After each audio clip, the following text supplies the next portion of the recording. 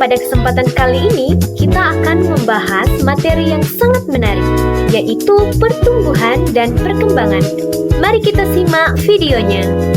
Sebelum kita masuk ke isi utama, ada satu hal penting yang perlu kita pahami bersama.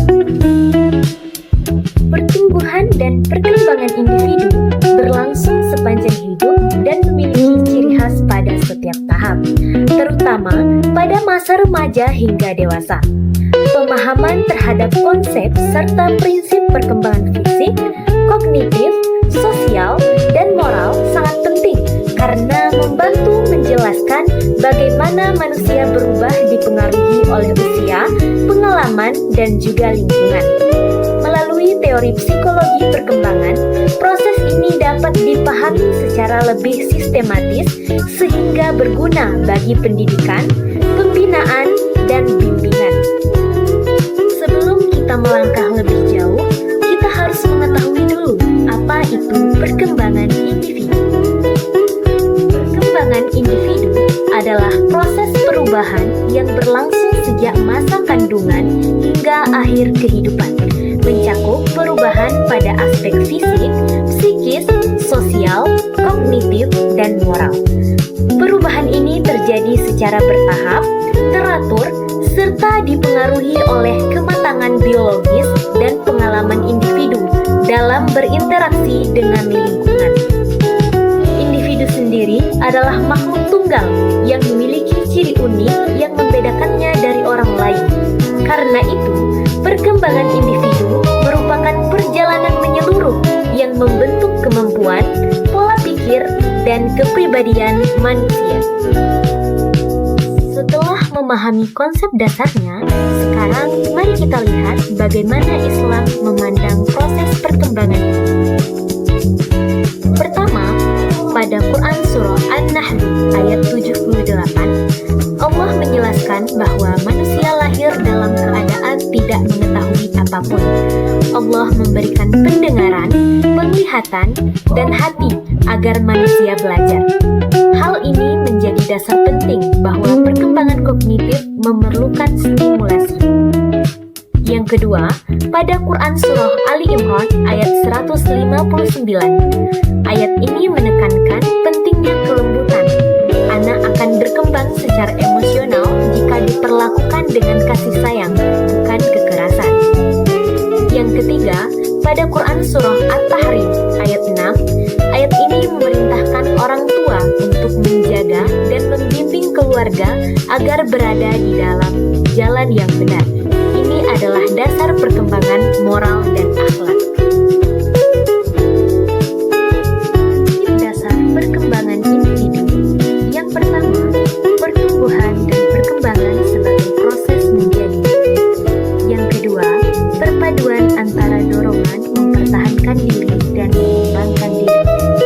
Yang ketiga, perkembangan adalah proses yang tidak pernah berhenti atau never ending process. Yang keempat, semua aspek perkembangan saling memengaruhi. Yang kelima, perkembangan mengikuti pola tertentu. Yang keenam, perkembangan mengikuti pola umum. Yang ketujuh, perkembangan terjadi dengan tempo yang berbeda. Yang kedelapan, setiap fase perkembangan punya ciri khas. Yang kesembilan, setiap individu normal mengalami fase perkembangan. Selanjutnya, kita masuk ke bagian periodisasi perkembangan individu. Perkembangan manusia dibagi menjadi beberapa fase. Yang pertama ada fase prenatal, yaitu sejak konsepsi hingga lahir, sekitar 280 hari. Yang kedua, fase infansi, yaitu usia lahir sampai 14 hari. Yang ketiga, fase babyhood, yaitu usia 2 minggu sampai 2 tahun. Selanjutnya, fase childhood, yaitu 2 tahun hingga sebelum pubertas. Yang terakhir, fase adolescence, yaitu masa remaja sampai sekitar usia 11 sampai 13 tahun sampai 21 tahun. Terbagi menjadi pre-adolescence, early adolescence, dan late adolescence. Setiap fase ini memiliki kebutuhan dan tantangan perkembangan yang berbeda. Selanjutnya, kita masuk ke bagian faktor-faktor yang mempengaruhi perkembangan individu. Yang pertama, faktor internal. Faktor internal adalah faktor bawaan yang berasal dari dalam diri individu. Yang pertama, ada faktor genetika. Gen membawa sifat dari orang tua yang mempengaruhi ciri fisik dan kemampuan dasar tubuh sehingga berperan penting dalam pertumbuhan dan perkembangan individu. Yang kedua, ada kecerdasan. Tingkat kecerdasan meliputi analisis, ingatan, pemahaman, dan berpikir abstrak mempengaruhi proses belajar dan kemampuan individu beradaptasi dengan lingkungan. Yang ketiga, bakat khusus. Setiap individu memiliki bakat tertentu, baik akademik maupun non-akademik, seperti seni ataupun olahraga, yang dapat berkembang menjadi potensi besar jika diarahkan dengan baik. Dan yang terakhir, hubungan bakat dan prestasi. Bakat mendukung pencapaian prestasi, namun tetap membutuhkan latihan, pengalaman, dorongan, dan motivasi agar dapat berkembang secara maksimal. Kita masuk ke bagian faktor eksternal. Di antaranya, yang pertama ada kesehatan dan nutrisi. Kondisi kesehatan serta pola gizi sejak dalam kandungan hingga setelah lahir sangat menentukan pertumbuhan dan kemampuan belajar anak. Yang kedua, peran keluarga. Yang ketiga, lingkungan sekolah. Yang keempat, teman sebaya. Yang kelima, masyarakat dan budaya. Yang keenam, media massa dan teknologi. Dan yang terakhir adalah kondisi sosial dan ekonomi. Selanjutnya, kita masuk ke bagian cara pendekatan terhadap perkembangan individu. Yang pertama, pendekatan longitudinal, yaitu mengikuti perkembangan seseorang dari waktu ke waktu untuk melihat perubahan mendalam. Dengan teknik studi kasus, riwayat kasus, autobiografi, serta eksperimen. Yang kedua, pendekatan cross-sectional, yaitu membandingkan kelompok usia berbeda pada satu waktu. Tekniknya dilakukan dengan survei.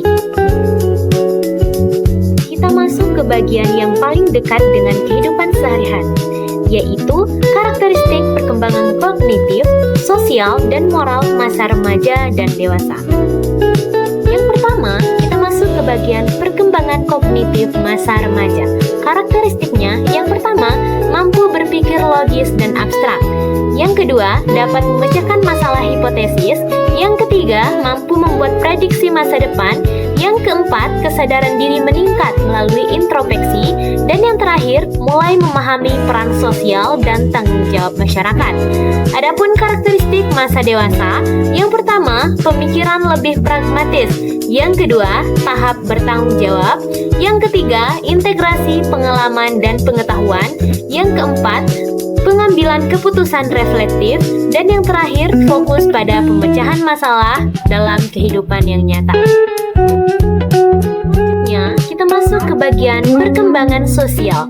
Perkembangan sosial adalah proses individu belajar berinteraksi dan menyesuaikan diri dengan orang lain sesuai norma dan budaya. Adapun karakteristiknya pada masa remaja, yang pertama, penyesuaian terhadap lingkungan sosial. Yang kedua, pergaulan dengan lawan jenis. Yang ketiga, krisis identitas diri. Yang keempat, remaja berada pada tahap pencarian jati diri dan pemilihan kawan akrab. Selanjutnya, kehidupan berkelompok, persaingan dalam berkelompok, solidaritas kelompok, hubungan dalam kelompok kecil, dan yang terakhir, pertimbangan dalam memilih pasangan hidup. Kemudian, karakteristik pada masa dewasa, yang pertama, membangun hubungan yang stabil dan bermakna. Yang kedua, tahap intimasi versus isolasi. Yang ketiga, tanggung jawab sosial meningkat. Yang keempat, mencari stabilitas dalam hubungan sosial. Dan yang terakhir, kontribusi pada komunitas. Selanjutnya, kita masuk ke bagian perkembangan moral. Perkembangan moral pada remaja adalah proses kemampuan membedakan benar dan salah serta menerapkannya sebagai pengendali perilaku sesuai nilai dan norma sosial. Adapun karakteristiknya pada masa remaja, yang pertama, perubahan konsep moral. Yang kedua, pengendalian oleh kata hati. Yang ketiga, kesadaran akan nilai sosial dan agama. Yang keempat, minat terhadap masalah seksualitas. Yang kelima, perkembangan hubungan heteroseksual. Dan yang terakhir, tahap moralitas. Kemudian, adapun karakteristik pada masa dewasa, yang pertama, mencapai tahap post-konvensional. Yang kedua, kemandirian dalam mengambil keputusan moral. Yang ketiga, dipengaruhi pendidikan, pengalaman, dan budaya. Dan yang terakhir, moralitas bersifat dinamis dan kontekstual.